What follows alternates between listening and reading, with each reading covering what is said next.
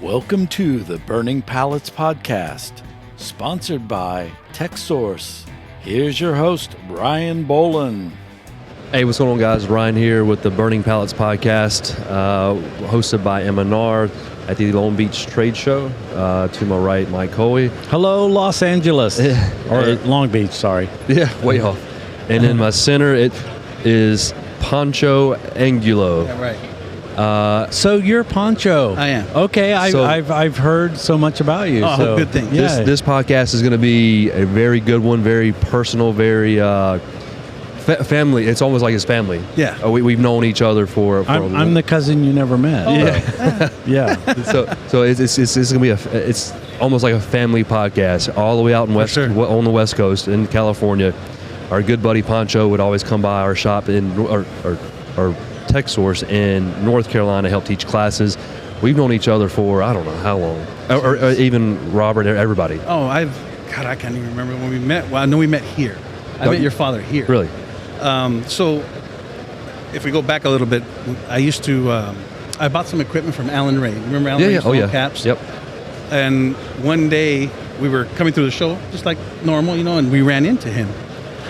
And he was dying for a smoke break. Alan, yes, yeah. Oh, he was dying. He was a chain smoker. He saw us, and we had bought some equipment from him. And he came up to us, and he goes, hey, and I'm going to say it like he did. He goes, hey, can you guys help me out? He goes, I need to smoke a cigarette. And he goes, and so he told us, hey, can you watch my booth? Yeah.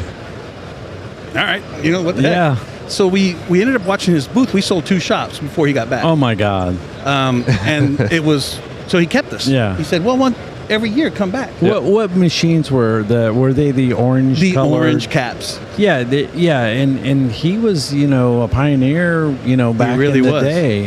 In fact, he did, so we would screen print hats. Yeah, and yeah. I still own the 6.6. Are you serious? I do. It's in my backyard. Is it in the Smithsonian? Basically. I mean, I made a lot of money on that thing. Yeah. But printing the trucker hats. Yeah. No, we would print five panel hats.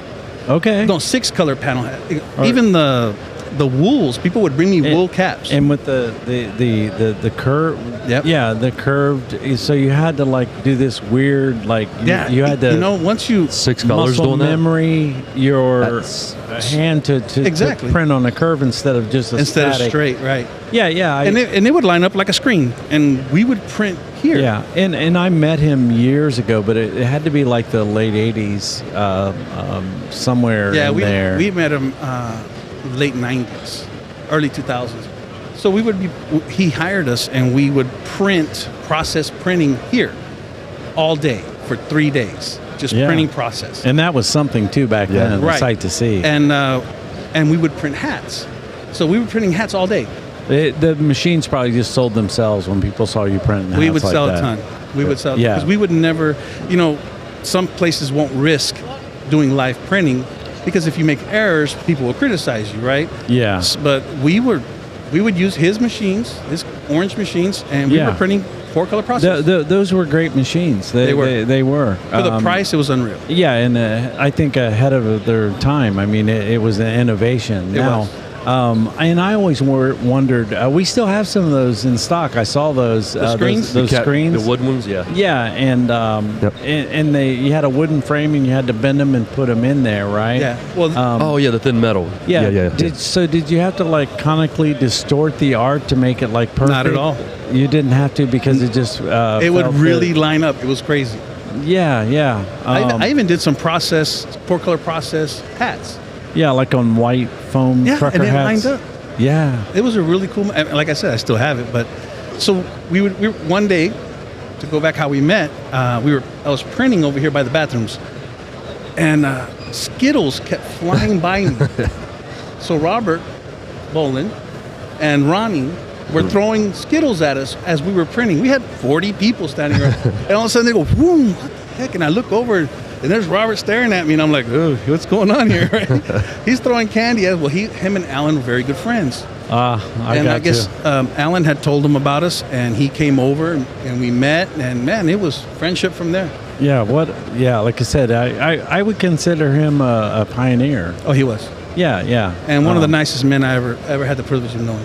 Yeah, and I only knew him in, you know, just because of you see a lot of the faces, but unfortunately, I was probably too young to, in those days have enough punch to, like, hey, you should know me, I was a kid when I started doing the trade show stuff. Oh, wow. Early. And then got into the trenches of the business, and only recently came back to the dark side. The dark side. The vendor side is the dark side. Yeah, no, sure. I believe that. So thank you. So that's how they all met, and then going forward, you would come to North Carolina, Georgia, our branches, and teach 4-color process printing. Yeah, and it was, you were doing that for 15 years or so. Yeah, so it first started off teaching Corel. Yeah. So I would do a starter Corel class, just teaching how to do separations, different tools, effects that you could do on Corel. Yeah. Obviously, Illustrator, Photoshop is the standard, but people wanted to use Corel, so they hired me. We'd go do it, and it took off. Man, we had first it was 20, then it turned into 100. It was ridiculous. I mean, we would do 2 days, 4 classes, and so it just evolved into that. And then they asked me to teach 4-color process on black, so how to produce the white plate. Yeah. So we went in there and we started to teach that as well, and we'd fill those classes up no problem because people wanted to see Yeah, it. and that was, like I said, it was so innovative back then. You were only seeing like the big boys. The advanced booth was printing the Serachrome Seps Margaritaville T-shirts, the blue. Everybody, I know exactly. Do you know that shirt? Yes, I do. It was a light brown shirt. Yep. Some people claim there's a woman to blame. Yeah, I lost that in my first divorce. The lawyer said you're not getting. He said you're not getting that one. Yeah. I mean, it was a prized possession back then. That's great.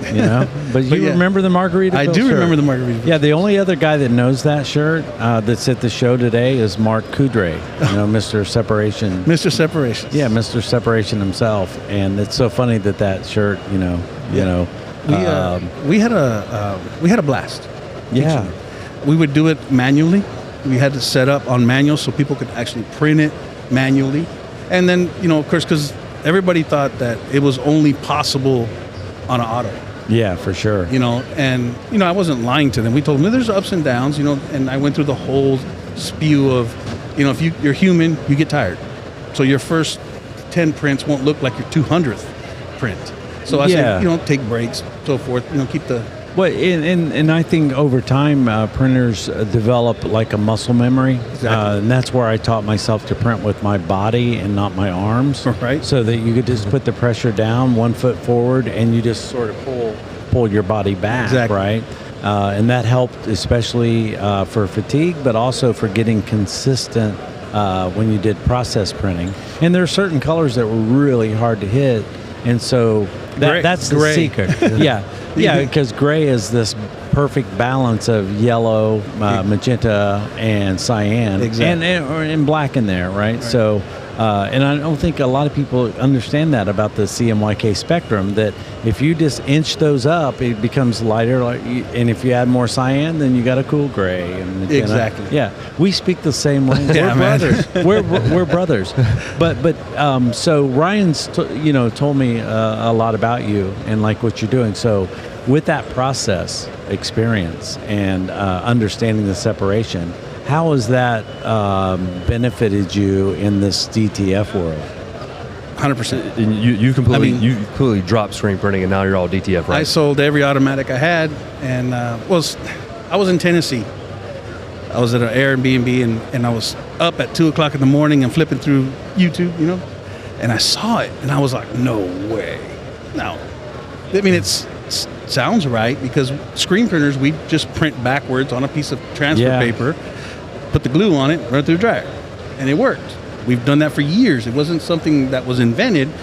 It'd been around forever, making screen printed, transfers. So when I saw that, I was like, okay. When I got the machine, I ended up buying one. I said, I'm going to buy one. So we bought one. I bought a big one. And you were one of the first ones, not first ones, but you bought in early. I mean, we were talking 3 years ago, and he bought no one. support. No support. Oh, yeah, man, no unless support. Unless you spoke a This is 3 years language. ago. Yeah. 4 years ago? That's 2.5 years. Okay. 2.5 years. So we bought the machines, and the techs didn't know. They didn't know, right? They knew stuff. They didn't know. They knew the machine, but to print something that looked screen printed, as close as possible. I knew it would take a little bit more than just plug and go, right? So the color spectrum was difficult. Yeah. We'd look at it and go, well, that's not right. That's not red, and that's not gray, and that's a real warm gray. And so all the different variations that we got learning to do process, by seeing the color, I knew that was wrong. So we were able to go into the tone curves. Yeah.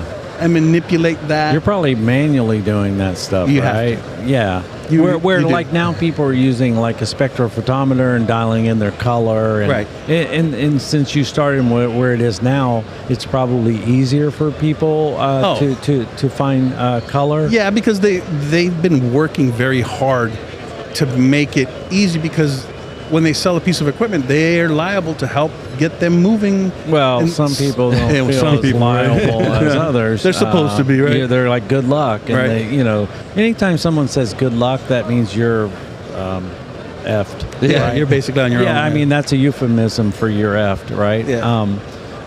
But now, you've got people trying to achieve like that smoky look, and then so there's the halftone. I know you're on that. Yeah, you're I'm on that. Like where you. We've been working on it for about 3 months. We're not quite there yet. Well, and I recently added that to my Adobe Yoda skill set. I'm an illustrator. You're an illustrator guy, Photoshop guy. For 20 plus years. So I was all over that, making that channel to give that smoky look. And I didn't understand it at first. Like, guys were coming to me that were running DTF and selling it big time. They're like, Mike, Adobe Yoda, can you halftone this for me? So I went into Photoshop and I just hit the color halftone. And I'm like, boom, there you go. And they're like, well, and I'm like, what do you look? I thought they wanted a screen printed look, right? Right. And they're like, no, it looks like this. You want part of the shirt color to blend in. I'm like, okay, well, yeah, let me do some channel manipulation. What's so hard is that you only get, if you're doing straight color, on a white t-shirt, you can get the smallest dots, right? It looks great. And the glue won't show up, the outer edges, where you get that little frost on the edges. Well, that's because it's on white, so you really don't see it. But you put that on black. And immediately. Maybe if I had your number, I would have said, like, call this guy, because I had somebody just the other day, and this was this actually plastisol transfers. Okay. And I've only printed a few over the years. I just didn't have it, but he's like, on the black shirt, it's shiny all around there. Is it the powder? And I'm like trying to tell him like, dude, I don't have experience, because I'm not going to bullshit somebody. Right. But I wanted to give him an answer. But yeah, black, it sticks out like a sore thumb. Some people, they don't care, right? Yeah. So I've come to realize that, with this whole new DTF, right? Of course, look at the show; it's everywhere. Yeah. Right. And I told my buddy, I said, 2 years from now, that's all you're going to see. He goes, no. He's a full auto printer guy. He's one of the best I've ever seen. Yeah. And he goes, no. And he's walking with me today, and he's like, damn, you're right. Yeah.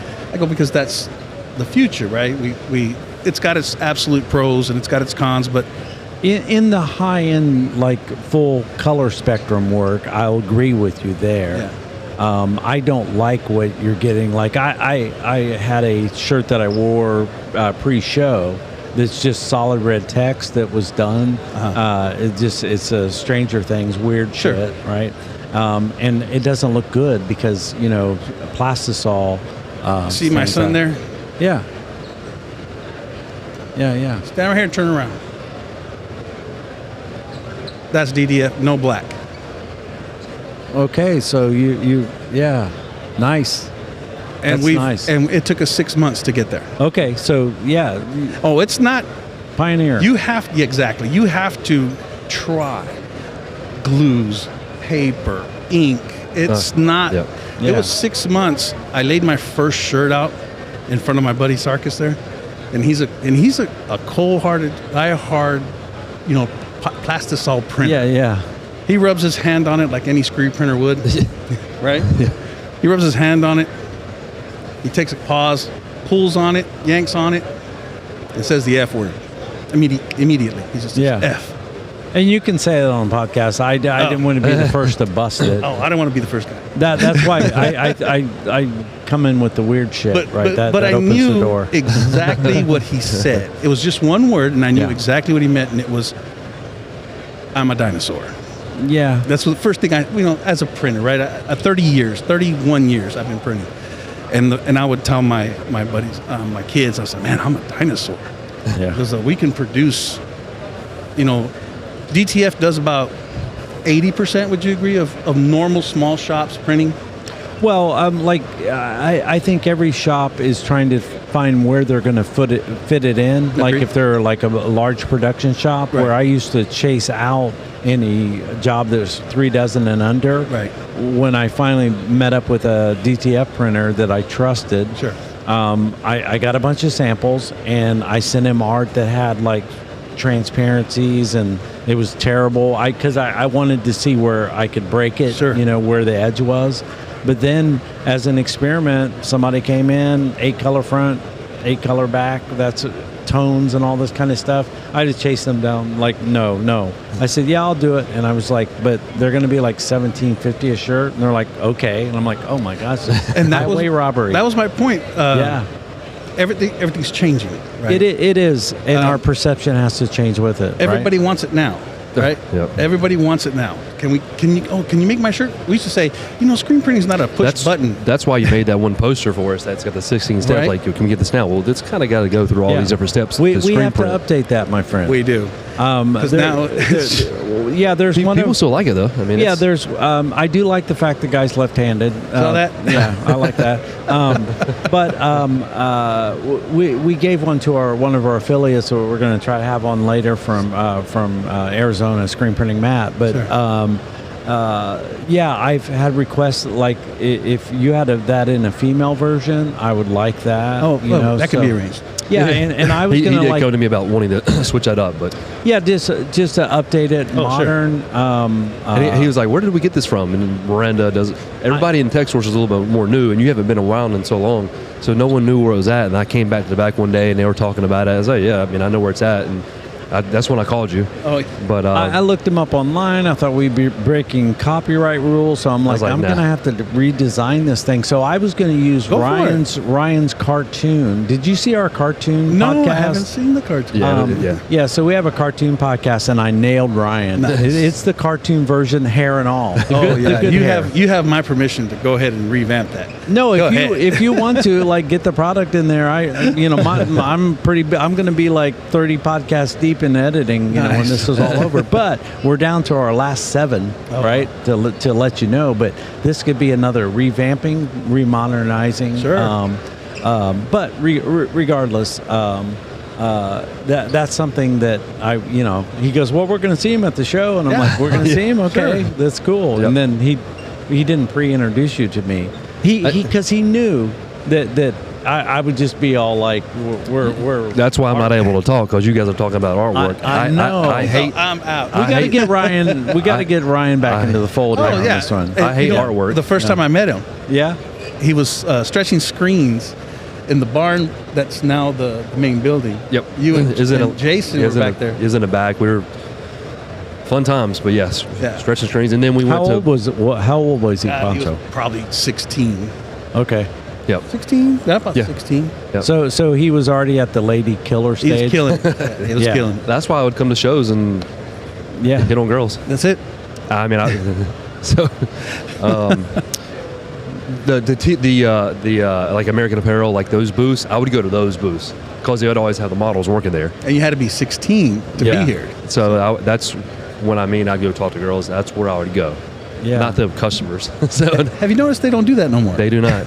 So Yeah, that's- it's changed. Yeah, it's The changed. industry's It's a real bummer. changed. Yep. Yeah, But, we hired a guy that looked was a dead ringer for Elvis. We're a king of screen printing, That's awesome. And the guy just naturally looked like Elvis. Oh, wow. It was creepy, but it was one of those weird. Found him in a small town, and like, come to a screen printing show with us. That's yeah, awesome. So, so you did screen printing all the way. I mean, you got rid of the autos, I did. And the manuals, everything except for the hat press. You still have it? Yeah, it's in the backyard. This Got is basically where the birds eat their food. You know? Well, you don't DTF on hats? I personally don't. I made some killer money doing that. Oh, no kidding. Yeah, it's cheap. You know, trucker how many hats. you can get on a sheet? You know, that's amazing. Yeah. It was like cost us like $4. We were wholesaling them to retailers for like $9 or $8.50, and laughing all the way to the bank. Yeah, the goal was to produce a company that would do wholesale DTF. Oh, wholesale. Okay. So we I got have you. that now. So it's called SpectrumDTF.com. Yeah.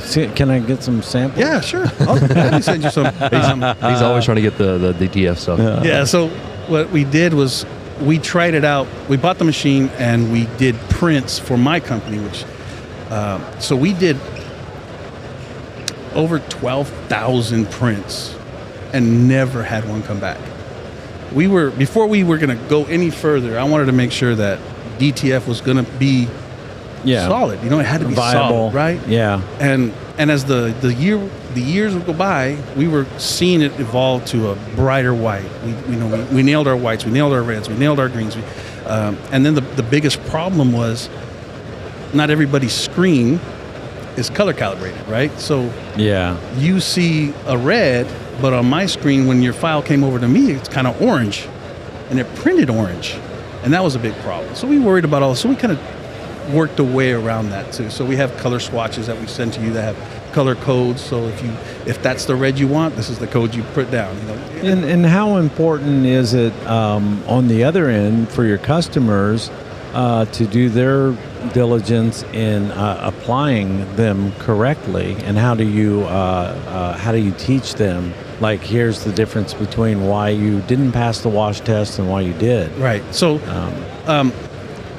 you know,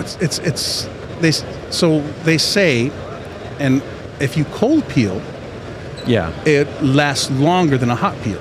That's what the industry's saying, right? I just had a conversation with a guy his name is Tony. He sells the equipment, and he told me, if you go hot peel, they don't last as long. So I grabbed my kid. He's not here, and he's wearing a sweater that has a Godzilla print on it. That's a year and a half old.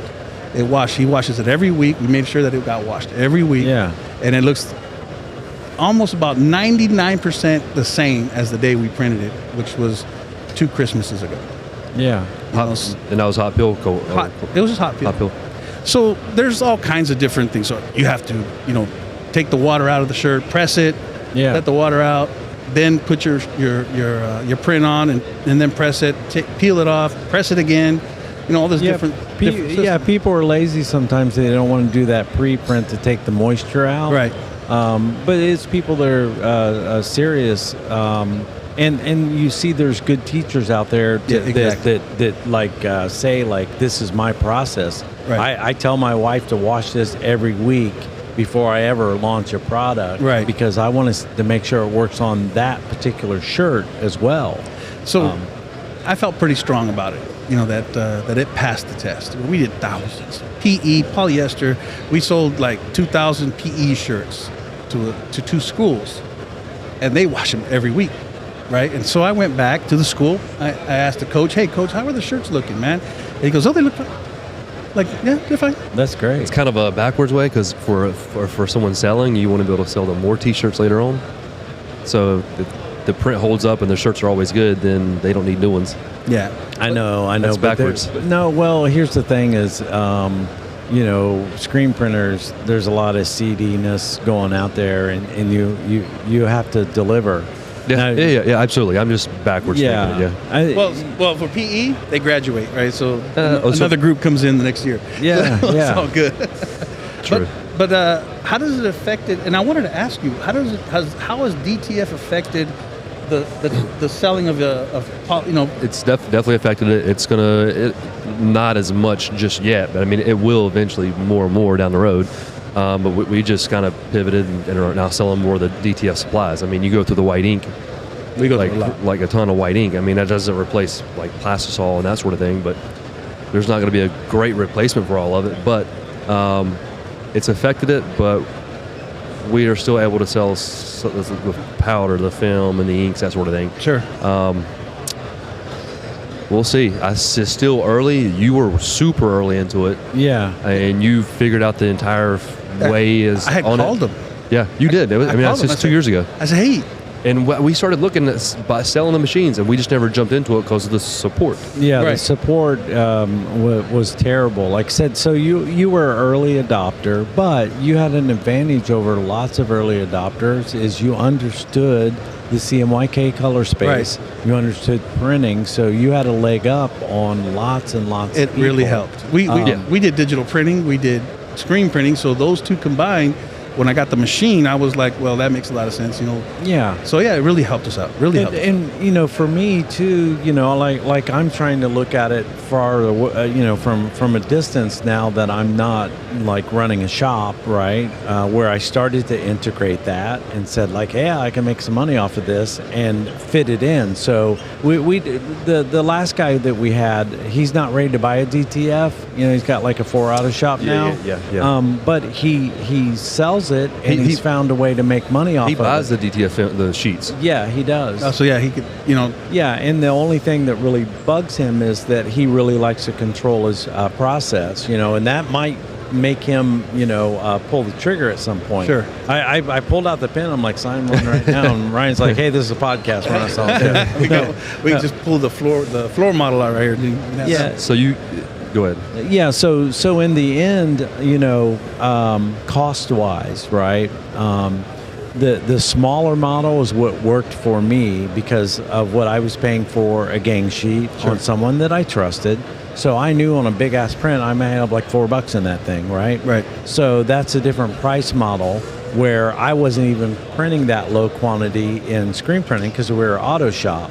So in other words, like, and I know some people that would do 500 vinyl cut shirts. That's crazy, right? Crazy. Yeah, but they do it, right? But they do it. So for me, like, if the art fits, I'm setting that up on a screen printing press, right? But you have to realize that if you overlook this technology, that you could be missing out on opportunity. For sure. And I even got some stuff that I won't talk about on the podcast, just you and I, because my R&D brain. I've had this idea, but I need somebody like you that's a pioneer to be like, hey, we might, we might have a patent here.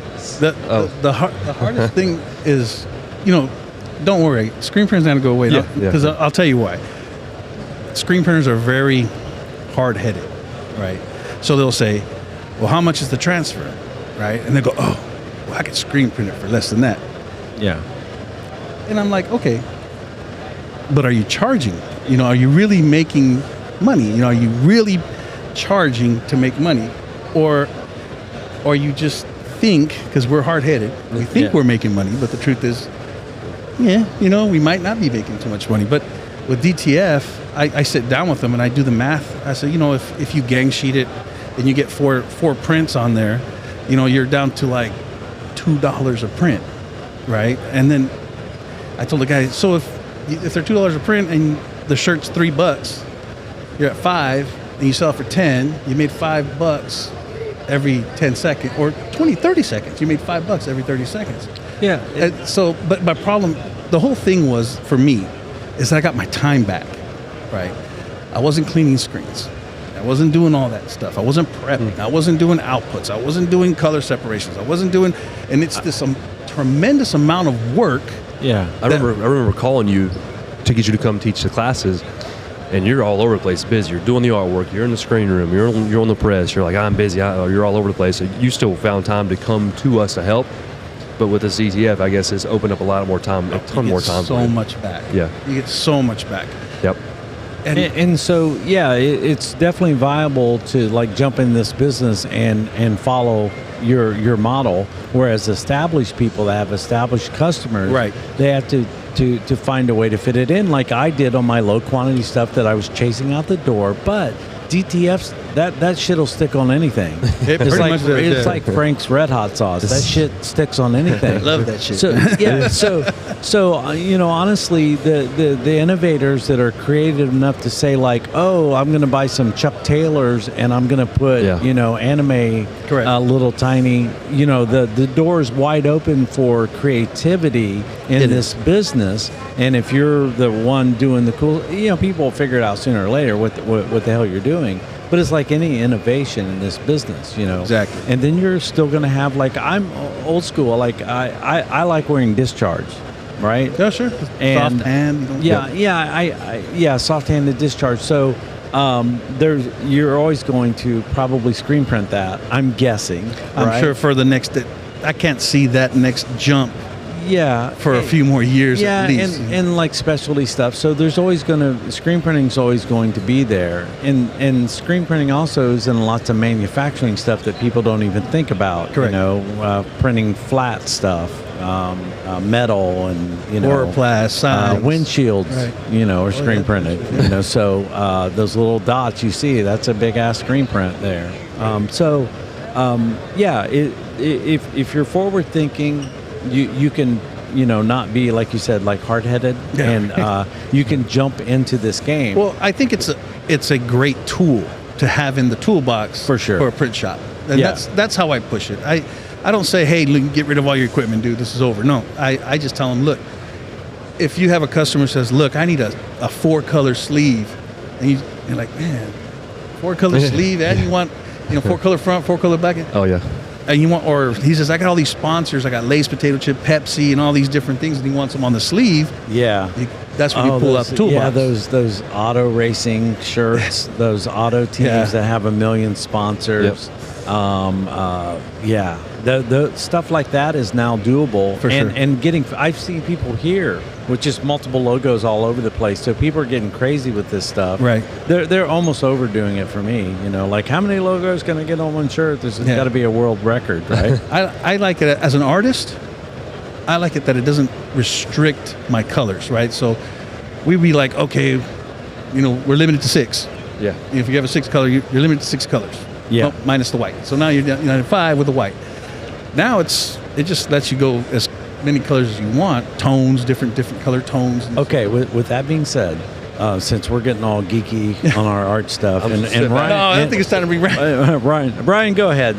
No, brother, go ahead. Go get lunch for us, please. I have, like I've told Mike and everybody else knows, I hate artwork. I don't have a desire to learn artwork. So that's why I just. Oh, sure. No, you got to be careful. We'll geek out. So with that being said, okay, CMYK, white. When are you going to give me those fluorescents so I can reach more Pantone colors? On the DTF? Yeah. Well, they have them now.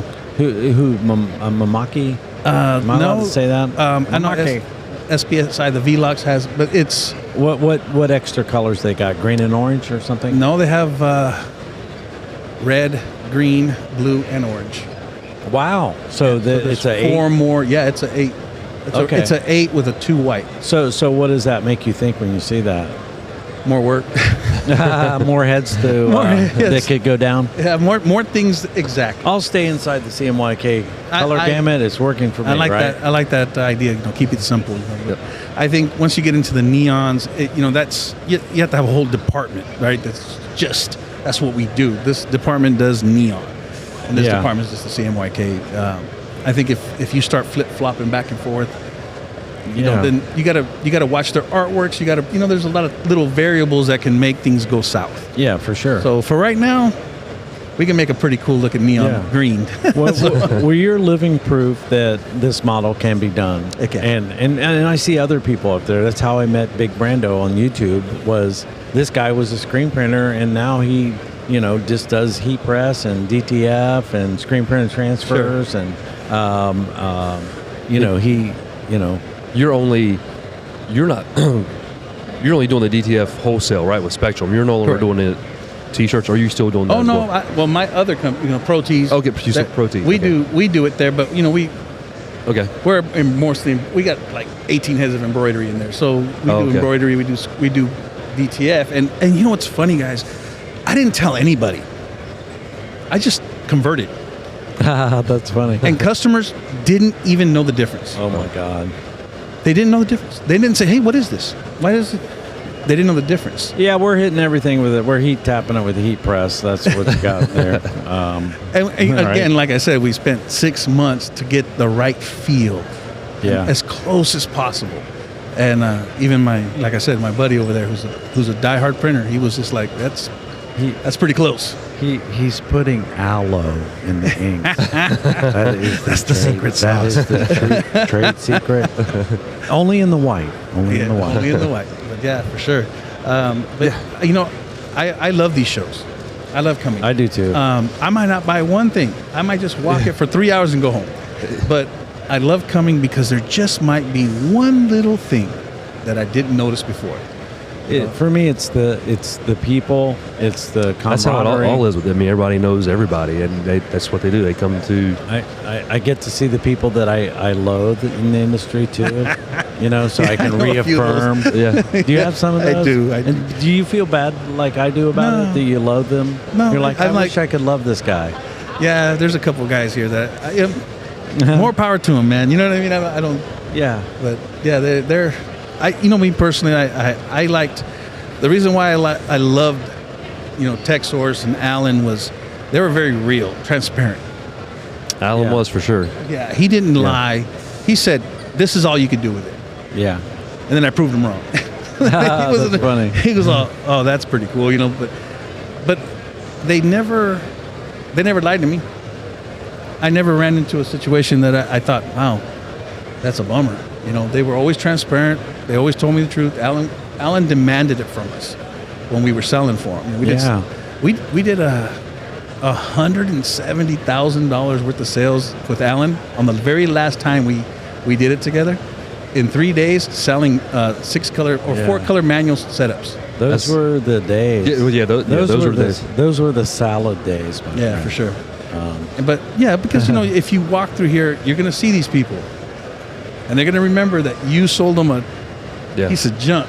Yeah. You know, or you tricked me, you know. And that's the part of the industry, those players in that industry, that's what really bothered me, you know, for sure. And why I hold this. I mean, you know, my soul doesn't like to have those feelings for people, you know, honestly. Yeah. But part of me says, like, dude, you're setting a tone for a whole industry when you're coming with that shit. Yeah. I mean, honestly. Well, you know, I would look at these people and, you know, they're about to invest money that, you know. They don't have. They don't have. And into, you know, screen printing isn't easy to learn overnight. Yeah. You know, it just isn't. And we'd be sitting there printing and I would tell them, look, the truth, this is what you're going to run into. This is what you're going to do. Da, da, da, da. And they would still buy. You know, and we would. But you gave them that, which let you sleep at night. Oh yeah, for sure. And and lots of people apparently don't need to sleep at night, or they are sociopaths, and they found their way into our industry. But I loved. Every time I got invited there, I would make time to go to North Carolina. Yeah, it was always good. You always, like you said, made time. It was perfect. I feel kind of bad, like I'm the art guy now there, and I. Like, can I fall sick like the next class and having call swoop him. in? You can have that class. No, you can. Well, we're going to go digital with the art classes. Oh, now, nice. because you know, digital product. You know, make it once, and then I'm going to do monthly. You know, bonus videos. So we've got that under. Sign me up in the can. I'd love to go see this one. You wanted to? I'll be in your class. Adobe Illustrator and Photoshop. I can run it. I'm just. Yeah. Did I start Corel 3.2? Yeah. So, and I was close there. Like, I had a buddy with a PC. I've always been a Mac guy, right? Okay. But I had a buddy with a PC, and I'm like, what do you got to do? But Freehand was a player back in the day. Yeah. Now, Corel sort of embraced the screen printers a little bit. They had like little stuff where you hit a button and a little tail comes on and shit like that. Sure. So they had some bells and whistles. But on the pro standpoint, in the industry, like at Adidas, like, hey, I'm a Corel, no one cares. No one cares. It'd be like trying to get our position at Adidas now and say, like, I'm a master at Canva. They were like, get that. So that's what that's what I go do. I go to Canva. It's easy for me. I've tried it. So, I'm not gonna lie, I've tried it. But yeah, so I Pancho, you were always willing to come to us and help us out. It was always great. That's why I knew when we were coming to California, you were my first phone call, first person I reached out to, because I know you'd be good conversation, one to talk to, a lot of knowledge, and like I let off the podcast, it's more of like it was a family. Oh yeah, like it was. Yeah, when you guys would have the open house there, it was really cool to see so many people show up. Oh yeah, and they all had such great things to say about their salesmen. So Dwayne, Ronnie, these guys. Ronnie's retiring, by the way. Ronnie's retiring. He retires in January or a couple weeks. Oh man, that's great. He will come in every now and again, once or twice a week, maybe, just to show up and do something. Yeah. To get out of the house, but he is retiring. He introduced me to Grandma Hoyt's. Buffet and. King's. Are we talking about Ronnie and food? Oh yeah. I mean, this son of a bitch. I mean, like when I was buying ink from Badger from him, he was like, "Where you want to go to lunch, Mike?" Man, I had these places that had the best sandwich and shit. I mean, he knew. Ronnie is the man likes to eat. You know what the funny thing about him is? He loves. You know what his morning breakfast is? It's either Bojangles or the Waffle Shop. Waffle House. The Waffle House. Yep. Yeah. So was Bruce. I mean, oh really, Bruce? And he remembers Bruce. I remember Bruce. Bruce is back. I remember when he first hired him. Yeah, Bruce is back there in Saudi. He's here. Really? And you got Max. You remember Max? I remember Max. Jay DeMarco. They're here? Yeah, Max is. Avian? Oh, Jay DeMarco, that handsome bastard. He's going to come in here and make me look ugly. Do you see Avian right there? Yeah. Max is in there somewhere. Bruce is on the other side. I don't know if you ever knew Larry Tidewater, Chromoline. No, I didn't know Larry. Everybody. I mean, like I said, everybody knows everybody, but it's the same crew that we've always dealt with. Yeah, it was always fun to see. And then not only did after our class, they would just go off to their salespeople. The groups would go up to Ronnie over here, Dwayne over there, and they would just buy. Yeah, like they were so excited. They would sell a lot of process printing colors because they had just taken the class. What you were teaching, yeah. And so they had these kits. You can buy this kit, and they were very excited. And I always enjoy it, always going over. This is a fun business, man, to be in. It truly is. It keeps coming up over and over, but people love this stuff because T-shirts are cool. I mean, that's the bottom line, and it's cool. I mean, I love printing this. I put the distress on it, and we did this other version here. Sure. But this is so soft and comfy. But I love this process. You want to hear the funniest story? The very first time I ever came to a show, I was green, man. I didn't know anything. No one taught. I bought my first shop from some guy named Don Mackey. He had a trophy shop, and I didn't nothing, right? So the first time I heard about the show, I was a kid, and I didn't know anything. I walk up to, and it was the, Workhorse. Yeah. The Workhorse booth. I walk up there, and I go, and I just ask a few questions, and the guy looks at me, looks down at me, and he goes, "What substrates do you print on?" And I went, "Was that Workhorse pre-Bergman Group?" Yeah. It was so. Who was when they had that? Falcon? They had the Falcon presses. Yeah. Who was that guy? Do you know? Was he a skinny, dark-haired guy? No, he was a big dude. Big dude. He looked down at me and he asked me what substrate, and I looked at him and I was all, "What? What's the substrate?" I said T-shirts. Good answer. And then that guy walked away from me. He goes like, "Okay," and he just walked away from me. Yeah, he wasn't working in the booth. That was just some random crazy guy that got into the show. Maybe, and I was just so broken from that, man. And I was like, man. And so that was the very beginning of my career. I was like, I don't know anything. Do you remember the first T-shirt you printed? Yeah, I do. The design? I do. So what was it? It was like every other guy who got started in this business. It was my own line of clothing, right? It was called Street Voodoo. And I did this voodoo guy, right? Bring it back. Yeah, right. I don't think I have the rights to it anymore. But I do remember the first shirt I printed. How about you, Ryan? It was for my wrestling team in high school. I printed all the hoodies and toboggans, pants, sweatshirts. It was for the high school, but for my wrestling team. So who did the art? Not me. Okay, yeah. I printed it all, though. I mean, I had the leg prints, the sleeves, the hoodie. I mean, the toboggans.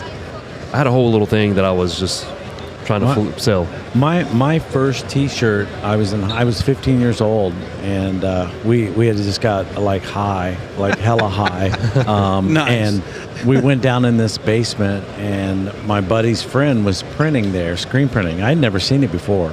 Old canvas belt conveyor, and he was printing for a guy who he printed bootleg T-shirts to sell at the fairs. Like back in the day, like we're talking the mid '80s, bootlegging was just it was it. That was everywhere. These T-shirts were $8 a dozen, coming from China, and we had to wear bandanas because your nose would be full of this cotton.